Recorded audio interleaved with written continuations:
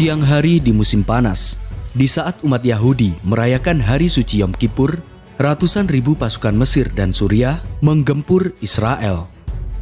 Dengan sandi Operasi Ramadan serta Operasi Badar, berhari-hari pasukan koalisi terus-menerus menyerang militer Israel yang sedang tidak siap dengan kekuatan penuh. Saturday the 6th of October 1973, Yom Kippur, the holiest day of the Jewish calendar. Israel's border troops, below strength during the holiday, came under surprise attack by Syrian and Egyptian forces. Namun, Israel tidak tinggal diam. Hanya dalam waktu 48 jam, pasukan Israel pun akhirnya melakukan serangan balasan. Bahkan, negeri Zionis itu merencanakan akan meluncurkan nuklirnya.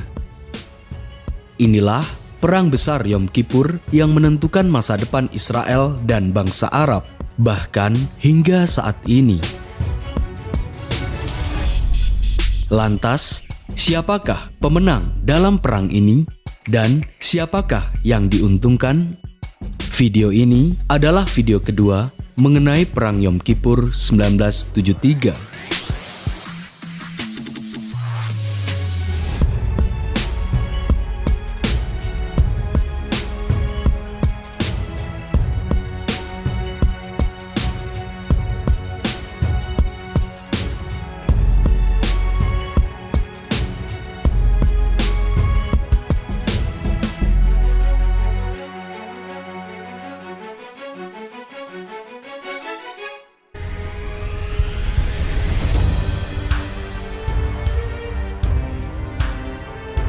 Sebenarnya, Badan Intelijen Mossad dan Jenderal Moshe Dayan sudah mengetahui tentang rencana pasukan koalisi Arab untuk menyerang Israel. Namun, hal itu sama sekali tidak dihiraukan oleh Perdana Menteri Israel Golda Meir. Di lain sisi, Mesir yang sudah merencanakan berbagai strategi hanya menunggu waktu saatnya tiba bagi mereka untuk menggempur Israel. Sementara Israel yang akan melaksanakan ibadahnya harus bersiap diri menghadapi gempuran dua negara sekaligus. Akhirnya, pada hari Sabtu 6 Oktober 1973, perang pun dimulai.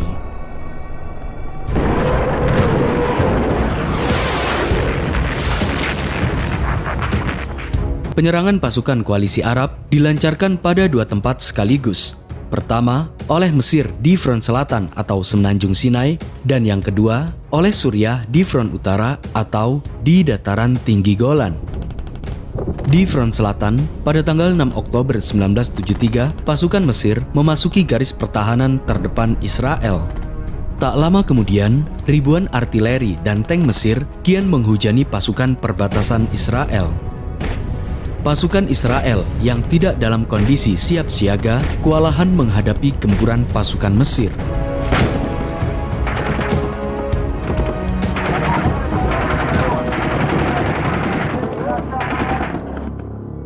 Untuk memasuki Semenanjung Sinai, pasukan Mesir harus meruntuhkan benteng Bar-Lev yang terbuat dari campuran pasir dan beton.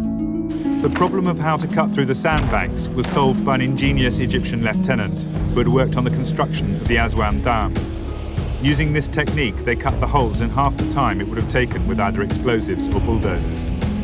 Berbekal pompa air bertekanan tinggi, alhasil pasukan Mesir berhasil menembus benteng Bar-Lev yang merupakan garis pertahanan Israel di Sinai. Bersamaan dengan itu, di udara, pasukan udara Mesir bertempur melawan pesawat tempur IAF Israel. Beberapa jam kemudian, baik di udara maupun di darat, pasukan Mesir berhasil memukul mundur pasukan Israel.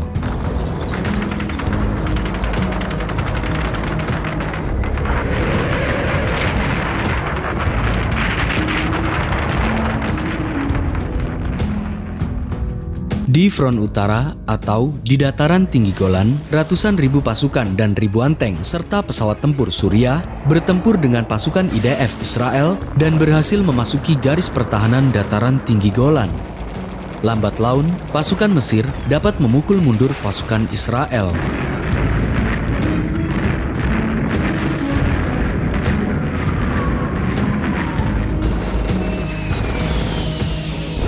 untuk membalas serangan Mesir, pada tanggal 8 Oktober 1973, pasukan IDF Israel meluncurkan pesawat tempurnya sekaligus ke front utara dan front selatan.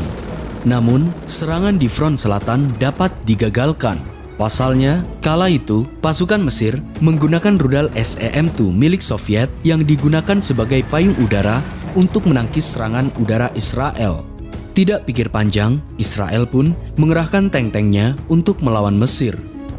Namun, karena kalah jumlah, serangannya tidak bisa memukul mundur militer Mesir. Meski begitu, Israel hanya bisa bertahan dari serangan Mesir. Namun, lambat laun, Mesir berhasil kembali menembus garis pertahanan Israel.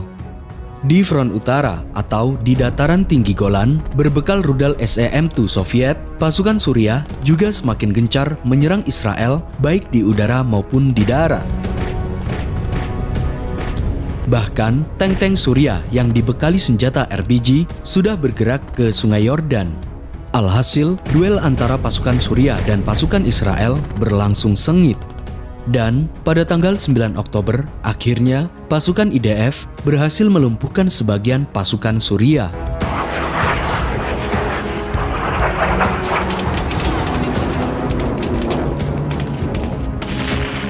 Meanwhile, in the Golan Heights, the war between Syria and Israel had been raging non-stop for 3 days. Lumpuhnya pasukan Suriah memberi waktu kepada Israel untuk merencanakan serangan balasan selanjutnya. Namun, di Sinai, pasukan Mesir kondisinya lebih unggul daripada Israel, meski tidak untuk waktu yang lama.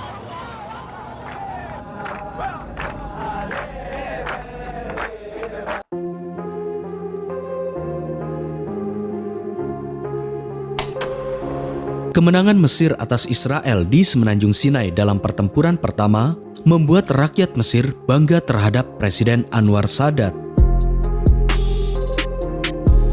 Namun, tidak untuk pertempuran selanjutnya. Di lain sisi, ketidaksiapan Israel dalam menghadapi serangan kejutan pasukan koalisi memang membuat Israel kewalahan. Dan di saat sebagian pasukan Suriah lumpuh, Israel memanfaatkannya untuk mempersiapkan strategi demi bisa melakukan serangan balasan terhadap pasukan Mesir maupun Suriah. Bahkan, Perdana Menteri Golda Meir memerintahkan kepada Jenderal Moshe Dayan untuk meluncurkan nuklir. Namun, hal itu tidak diindahkan karena ia berencana untuk mengumpulkan para petinggi militer dan perwira IDF yang cuti untuk menempati pos pertahanan dan melakukan sebuah strategi baru. In this case, considered it that it was the decision of the government not to strike first, even though we were sure that they will do that. Antara Sinai dan Golan, Israel lebih mementingkan dataran tinggi Golan karena wilayah itu dekat dengan kota Tel Aviv. Selain itu, di perang pertama, Israel sudah kehilangan banyak amunisi senjata dan tank.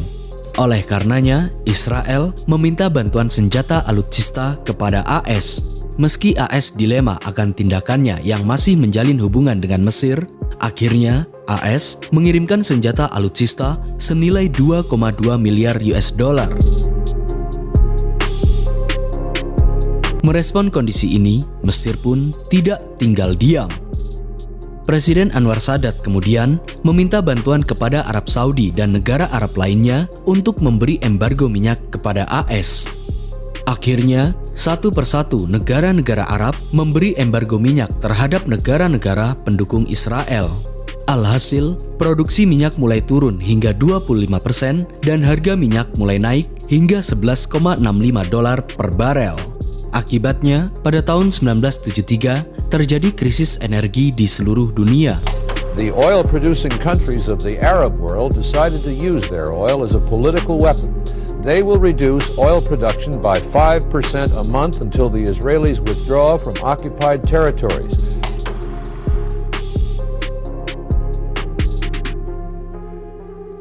Meski begitu, Israel meyakini akan bisa mengalahkan pasukan koalisi Mesir dan Suriah di pertempuran selanjutnya.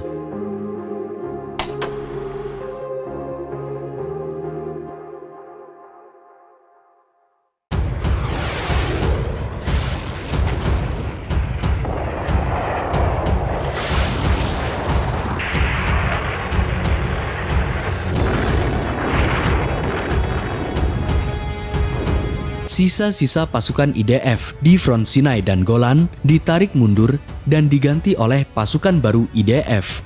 Dan di saat itu juga, di dataran tinggi Golan, pasukan udara Israel menghancurkan tank-tank Suriah yang lokasinya jauh di belakang perlindungan payung udara Suriah. Dan pada tanggal 9 Oktober kemudian, pasukan udara Israel menghancurkan markas militer Suriah. Bahkan, mereka juga menyerang kota Damaskus. Melihat kondisi ini, Suriah pun panik dan meminta bantuan kepada Yordania serta Libya. Meski begitu, perlawanan mereka tidak dapat mengalahkan pasukan Israel. Dan pada tanggal 11 Oktober, pasukan Israel berhasil menguasai perbatasan dan memasuki wilayah Suriah. Alhasil, Suriah pun menyerah dan hanya menunggu adanya gencatan senjata. I think that today the Syrian will learn that the road from Damascus to the state of Israel also runs from the state of Israel to Damascus. Setelah berhasil mengalahkan Suriah di dataran tinggi Golan, AS segera menambah persenjataan alutsista kepada Israel. Sehingga pada tanggal 16 Oktober, Israel pergi menuju semenanjung Sinai dan menghancurkan pasukan Mesir di timur terusan Suez. Alhasil, pertempuran antara udara dan tank pun terjadi. Beberapa jam kemudian, Israel berhasil memukul mundur militer Mesir. Untuk memutus suplai militer Mesir, pasukan IDF kemudian menyerang kota Ismailia. Alhasil, duel kembali antara Mesir dan pasukan IDF di kota Ismailia berlangsung sengit. Berbekal sisa pasukan yang ada, Mesir secara mati-matian mempertahankan kota Ismailia dari gempuran Israel. Melihat kondisi militernya yang terpojok, Presiden Anwar Sadat meminta kepada AS dan Soviet untuk melibatkan PBB agar adanya gencatan senjata.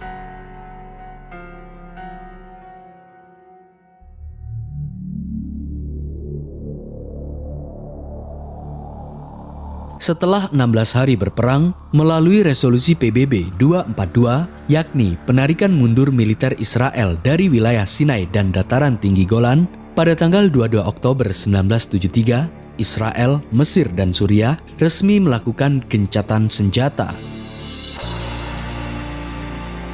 Namun, keesokan harinya, Israel melanggar gencatan senjata dengan mengepung pasukan Mesir di timur terusan Suez. Alhasil, PBB pun menegur Israel dan mengirimkan pasukan UNEF PBB ke Sinai. Namun, untuk yang kedua kalinya, pada tanggal 24 Oktober, Israel kembali melanggar gencatan senjata dengan menyerang kota Ismailia. 2 hari kemudian, giliran Mesir melanggar gencatan senjata dengan menyerang Israel di perbatasan. Namun, Mesir berhasil dipukul mundur. Untuk menghentikan pertempuran di lapangan, pada tanggal 28 Oktober 1973, kedua pemimpin antara Mesir dan Israel melakukan pertemuan. Menyusul kemudian, atas desakan Amerika, pada bulan Januari 1974, Mesir dan Israel melakukan perjanjian kesepakatan, yang mana Mesir memperoleh semenanjung Sinai. Sementara itu, Suriah dan Israel melakukan perjanjian kesepakatan pada bulan Mei 1974, yang mana Suriah memperoleh dataran tinggi Golan.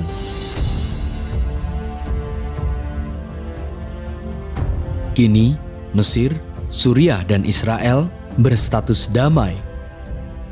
Lantas, siapakah pemenangnya dalam Perang Yom Kippur?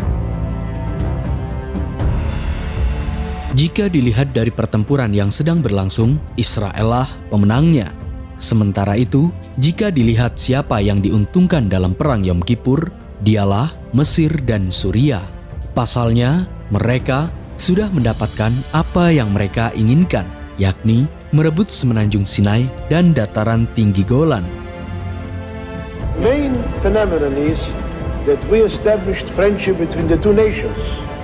Now there is a real friendship between the people of Israel and the people of Egypt. Pada tahun 1979, Mesir menjalin hubungan diplomatik dengan Israel. Tentunya hal ini mengakibatkan rakyat Mesir marah karena Presiden Anwar Sadat dianggap sebagai pendukung Israel. Hal inilah yang menjadikan malapetaka bagi Presiden Anwar Sadat di kemudian hari.